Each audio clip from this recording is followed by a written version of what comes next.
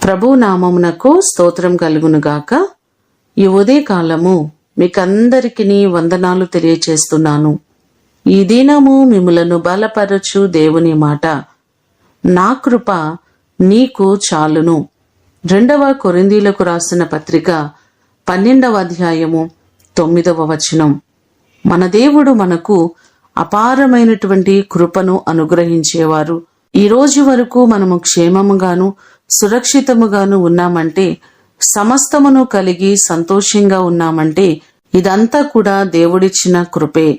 ఆయన కృపలోనే సమస్తమును పొందుకున్నాము. కొరింథీయులకు రాసిన మొదటి పత్రిక 15వ అధ్యాయము 10వ వచనంలో చూస్తే, నేనేమై ఉన్నానో అది దేవుని కృప వలనే అయ్యున్నానని అపోస్తలుడైన పౌలు భక్తుడు చెప్పడం మనం చూస్తున్నాం.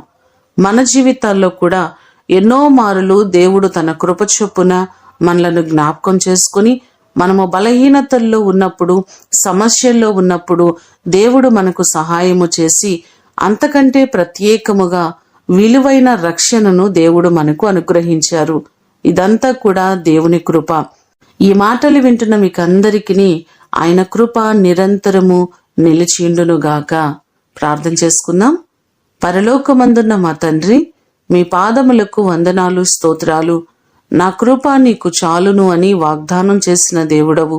నిజంగా నీ కృప లేకపోతే ఈరోజు మేము ఈ స్థితిలో ఉండేవారము కాదు ప్రభువా.